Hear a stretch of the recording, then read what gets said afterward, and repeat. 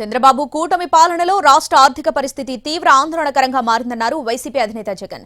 CAG నివేదికలే ఈ విషయాన్ని స్పష్టం చేస్తున్నాయని తెలిపారు. గత ఏప్రిల్లో జీఎస్టీ వసూళ్లు అత్యధికంగా 3,354 కోట్లు ఉన్నట్లుగా ప్రభుత్వం ప్రకటన చేసింది. కానీ ఇది అబద్దమని కాగ్ నివేదిక వాస్తవ లెక్కలను ప్రకటించిందని ట్విట్టర్ వేదికగా ప్రకటించారు. 2024 ఏప్రిల్తో పోల్చితే 2025 ఏప్రిల్లో ప్రభుత్వ ఆదాయం ఏకంగా 24.20% తగ్గిందన్నారు. ఈ వాస్తవాలను కాగ్ నివేదిక బయటపెట్టగానే ప్రభుత్వం కుట్రపూరితంగా వ్యవహరించిందని ఆరోపించారు. కూటమి ప్రభుత్వం చెప్పేదానికి పూర్తి విరుద్ధంగా కాగ్ నివేదికలు వాస్తవాలను వెల్లడి చేస్తున్నాయన్నారు జగన్. దాన్ని బట్టి చూస్తే రాష్ట్ర ఆర్థిక పరిస్థితి మందగమనంలో ఉందన్నారాయన. గత ఏడాదితో పోల్చితే పన్ను ఆదాయాలు 12.21% తగ్గాయని, పన్నేతర ఆదాయాలు 22.01% తగ్గాయని ట్వీట్లో పేర్కొన్నారు. ఇది రాష్ట్ర ఆర్థిక పరిస్థితిపై మరింత ఆందోళన కలిగించే అంశమని చెప్పుకొచ్చారు.